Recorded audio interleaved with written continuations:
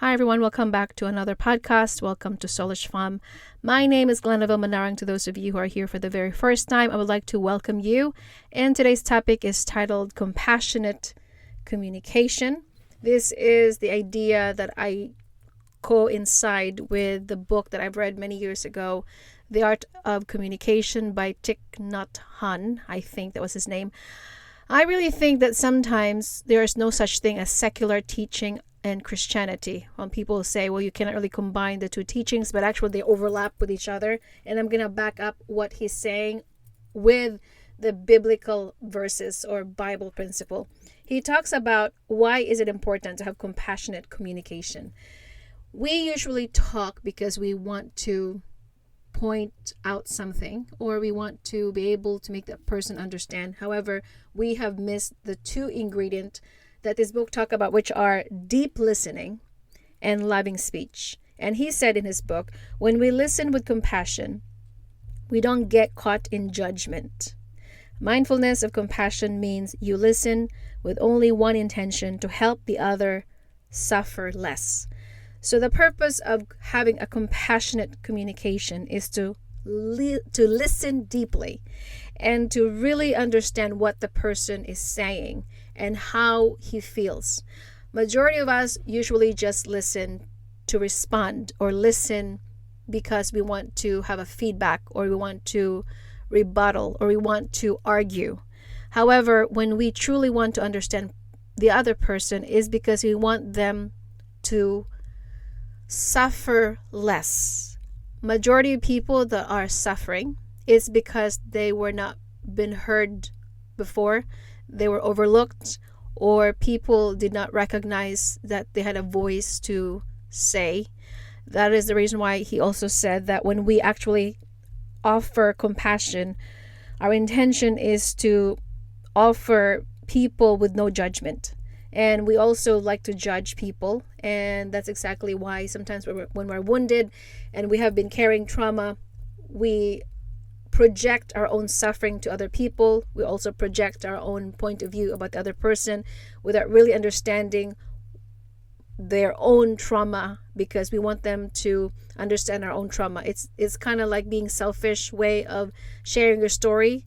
But then again, instead of listening to the other person, we actually just cut them off and we want to butt in and tell them our side of the story. For instance, if somebody says, this happened to me, so-and-so betrayed me many years ago, and you also have a similar story and you cannot wait to tell your story, and you sometimes miss out on what the other person is saying.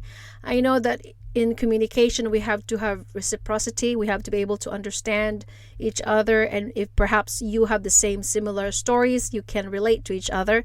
But I think that if you just wait for your turn and let the person finish the sentence, I think it's much better that way, because you now understand deeply and you have a loving speech. With it also talks about in Ephesians 4:29 that says, let no corrupt word proceed out of your mouth, but what is good for necessary edification, that it may impart grace to the hearer. So this is why I said I can back it up with what this book is saying in the biblical principle, that loving speech is about no corrupt word that is proceed out of your mouth. Corrupt word is slander, gossip, cursing, profanity. A corrupt word is about being judgmental, degrading people, saying things that are going to deflate their sense of worth. It is the corruption of your mouth that Jesus said, the abundance of the heart, the mouth speaks. It's not about what you put into your body that are going to defile your whole body. Because when you eat something like food, it's going to go through your stomach and out of your system. However, the words that are coming out of your mouth, Jesus said, these will defile your body. And many of us, of course, are not taught about communication, especially with compassionate communication, deep listening, and loving speech. Loving speech, as I said, is involved what the Bible says. The edification, to edify someone, is to uplift someone, to give them affirmation that they are doing well. And it is also a foreign to us. It is something that is not so entrenched in our system, because when you are growing up in an environment that nobody really applauds you or give you a positive affirmations, when we say it to ourselves or even to the people around us, to our children or to our spouse, it is a foreign language. It is something that is unfamiliar because as a child, we are never taught how to give affirmations or positive statement to people. We are usually taught how to degrade someone or judge someone, and that is why we become hurt and we internalize those hurtful messages even today.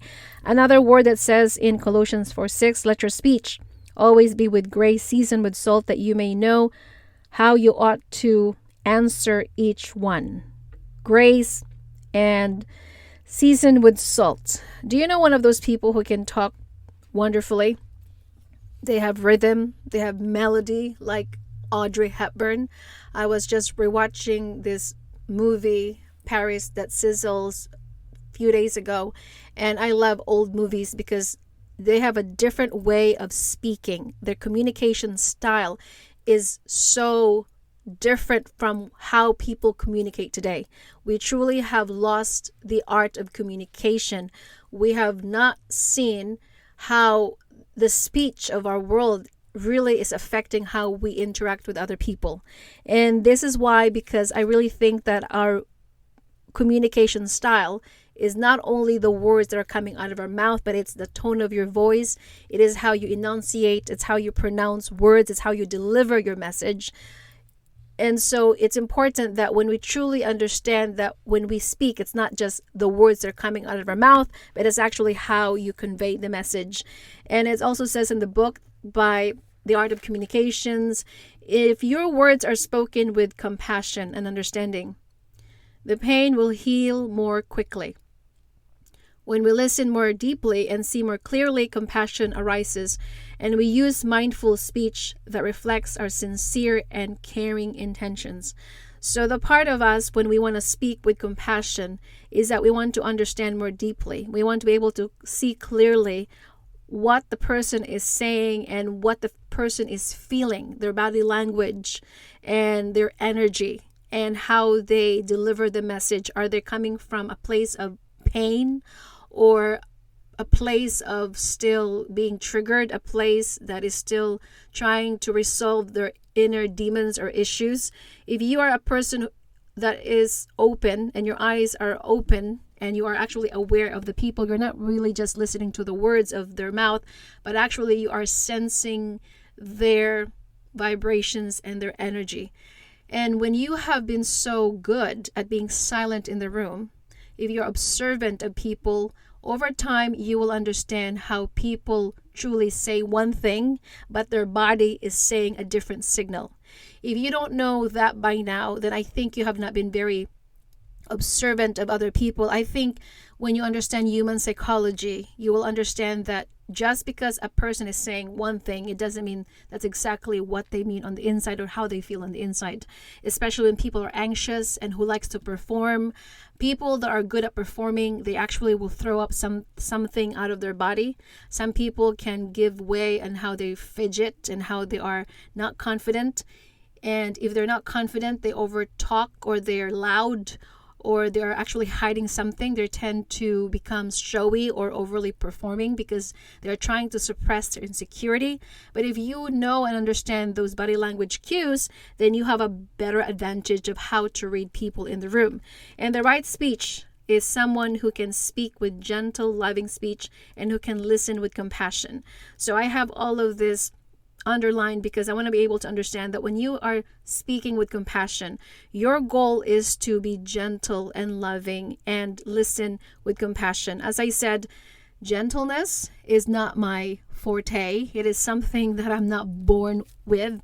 If you actually ask many women, we are not the most gentle. I mean, it is not our nature as a woman to be gentle. Perhaps some people have personalities that God created them to become gentler, but for many people who have been wounded and who has been traumatized in the past, you become so combative and you become so insensitive to a point where your gentleness becomes callous. It becomes so rigid.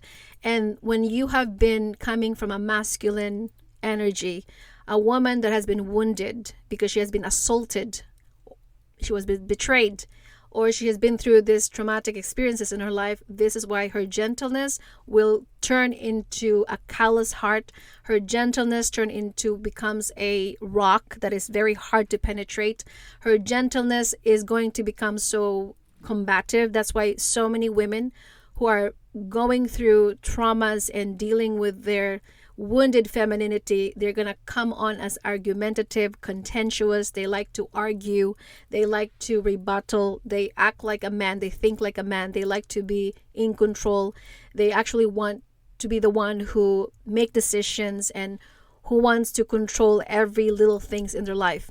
And this is why if you don't understand about your own self, deep understanding and compassion always apply to yourself first. First of all, you must understand, why do you act that way, or why do you feel that way? It's because of your feminine wound. A woman especially, who likes to control is because she's afraid of losing control. And also when you talk about our tongue, deep compassionate speech is when James 3:10-12, it says, out of the same mouth proceed blessing and cursing. My brethren, these things ought not to be so. Does a spring send forth fresh water, and bitter from the same opening? So I always talk about the mouth here because I talk about recently about prospering body, spirit, and soul. And I'm going to do this incrementally. I want to talk about the mouth first, and then maybe the second segment would be the thoughts, and the second one would be our heart and guarding our hearts. But today I just want to focus on our speech. So it talks about in James that if you cannot control your tongue, is actually something to do with not able to tame our tongue, because somewhere in James he talks about no one can tame the tongue. It is unruly. It is fire. It is actually set by hell. And I think I have proven the point before that the very thing that God is using me, which is my tongue, my words, is a very thing, is also a tool that Satan is also using to trip me up and to make me stumble. And this is why somewhere in James, it also talks about if any man does not stumble in word, he is a perfect man, able to bridle the whole body. So it's not so much about the thoughts. It's not so much about our thoughts that coming into our hearts, but it's actually if you can control your tongue or able to teach your tongue how to speak. And therefore, I thought for a second that when you can teach your tongue and how you speak and how you deliver your message, you are actually a perfect man. So there is a way that you can hit perfection. You can be a perfect man in this world, or woman, when you know how to control your speech, and if you are deliberate enough of how to really communicate effectively.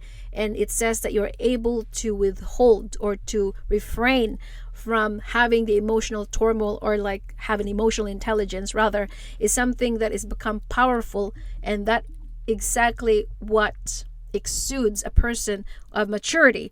In James 1:9 it says that you have to be quick to listen, slow to speak, and slow to wrath.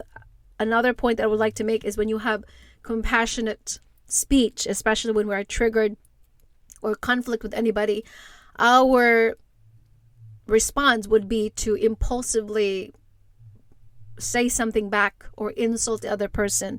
And this verse is actually one of the things that God has been trying to make me memorize. Every time I want to be triggered, if I'm triggered or I want to say something back to the person, he would remind me of this verse: be quick to listen and slow to speak and slow to anger. Because when we are quick to respond, another reason why that compassionate speech is important, because it also says that it promotes health in Proverbs 12:18. A graceful speech includes soft answer, wholesome tongue. Promotes health. What we say comes back to us and brings fruition and will manifest in our lives. Edifies, not vulgar. Proverbs 13:2. A man shall eat well by the fruit of his mouth. So let's just stop here. A man shall eat well by the fruit of his mouth. This is not literal terms, of course. This is something to do with analogy that you can say what you eat is something that comes out of your mouth. It is something to do with either bring life or death, blessings and cursing. As I said, whatever you say impacts your soul. If you keep telling yourself that you are a loser, you're never going to be good enough, or you're always going to be a victim, that will subconsciously going to program your mind. Our subconscious mind does not know the difference between the past and things that will happen. Our subconscious mind is whatever you feed it today, it will eventually going to believe that. So if you're going to keep telling yourself that you're always going to be this way and you're never going to change, your subconscious mind is going to believe that. However, if you keep saying to your subconscious mind, saying that I am wonderfully and fearfully made, I can do all things through Christ who gives me strength, for God has not given me the spirit of fear and timidity, but a power of love and a sound mind, then that is exactly what you believe. You tell yourself that I'm capable, I am worthy, I am loved, I am forgiven, I am redeemed, and I am courageous, then that's exactly how you're going to believe that. Because what Jesus says again in Matthew 12:34, for out of the abundance of the heart the mouth speaks, and it is not what goes into the mouth defiles a man, but what comes out of the mouth, this defiles a man. Defilement is desecration. It's about profane. It is actually what's going on inside your heart, what you've been pondering. The heart, as the Bible says in Proverbs 4:23, keep the diligence of your heart, for come out of it comes the issues of life.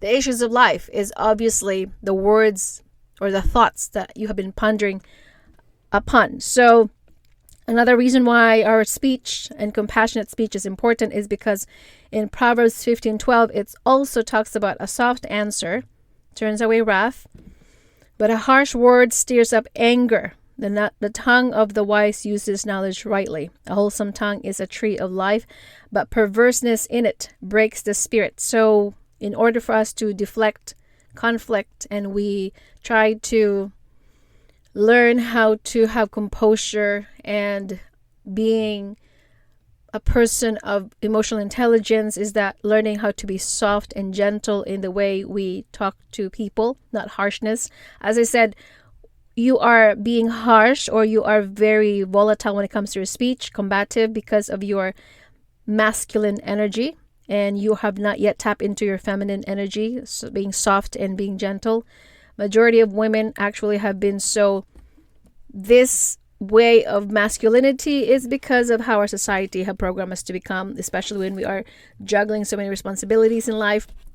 We try to manage our house, we try to manage our household, we try to manage our finances, we manage our children, our husband, and then on top of that, we manage businesses or we go to work. And these are the reasons why sometimes that we forget that as a woman, we can actually tap into our masculinity when we have to command the room or want somebody to trust us or to respect us. But sometimes it actually do the opposite. When you are too masculine, it's going to create conflict in your marriage, because if your husband is manly enough and he's very masculine, no one's want to marry a dude. And that is why so many people will end up getting a divorce or conflict in the marriage, because they're coming into this relationship as controlling. They want to be the boss babe. The woman wants to be the one who wears the pants in the relationship, and there's going to be a struggle. There's going to be a power struggle. And I really think this is a reason why for so many men, they just give up and they become passive aggressive, because they just say, you want to control, so I'm just going to let you control. And because we are the fruit of Eve and Adam, where Adam was passive aggressive and Eve was the controller, she's the usurper, she's the manipulator. And this is why until to this day we still have the same issues with our marriages when it comes to power struggle. And one of the reasons why God said to the woman that you're going to always want to overrule your husband, but eventually he's going to win over you.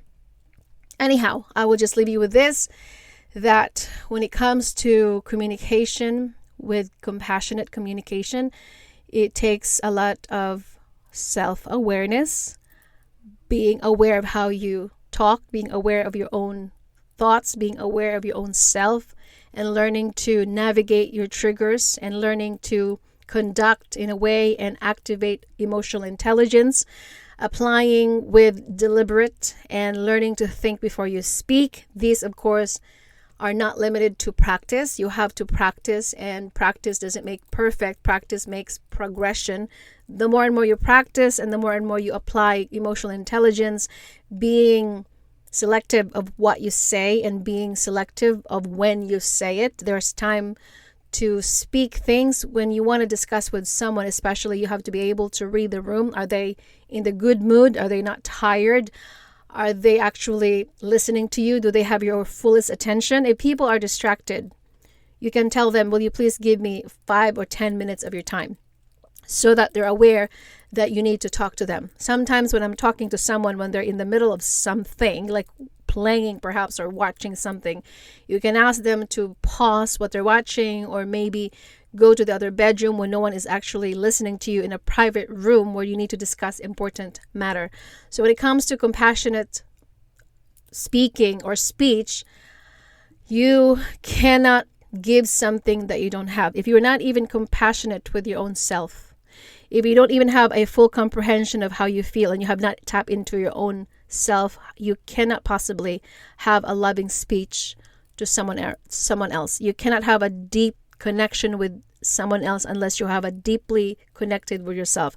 People that are not attuned to themselves is because they're disconnected, and therefore what made you think that they're going to be connected with you in a deeper level. And I believe that so many people are disconnected from their mind and their heart.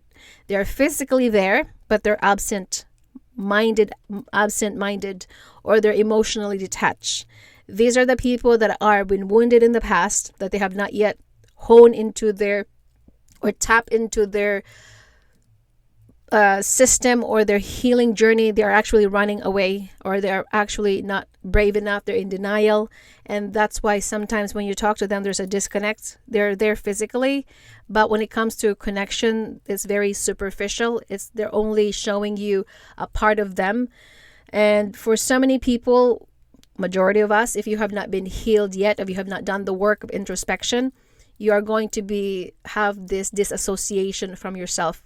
This is something to do with somebody that is there, but you are not connected with your heart and soul. You can feel it in their presence. They are not performative. They are real. They're authentic. When somebody is really are able to when someone is coming from a healed place, they are going to come to you without performance. They're going to come into a room of having conversation with you, being present. You can feel their authenticity. You can feel that they're not rushing. They can feel that when they talk to you, they listen attentively without cutting you off. These are the people that have been healed or have done the work. However, the people that have not done the work, they tend to talk over you. They tend to talk fast. They tend to become so fidgety. They tend to become very not easy, and you can sense it in how they carry themselves. They sometimes look around. They avoid eye contact, or sometimes when you ask them questions, they're uncomfortable with specific questions. They become reactive or defensive, and these are the people that, as I said, they are still triggered, or they have not yet healed their wounds. And if you want to work with me one-on-one, I have all the information linked down below. You can check out my blog, or have a 30-minute probably consultation with me for free. If you want to get into this course that I've just made through Udemy, and I'm actually going to put it onto Teachable as well. These are the healing of traumatic experiences, the masterclass that I have done. It's about 1 hour class that I have prepared for you. Last few years ago, I have done it, and then I actually took it out because I was not ready. And now I just want to test to see if people are willing to hop on and check of what I have produced as a masterclass. This is something that I put together in depth of what really gets into our psychological and our minds, our thoughts, our speech. And this is what I have done through Canva many years ago that I'm able now to produce through Udemy. I hope that you are blessed with this message. I will see you on my next podcast. As always, I would like you to be bold, be brave, be courageous, and keep your faith.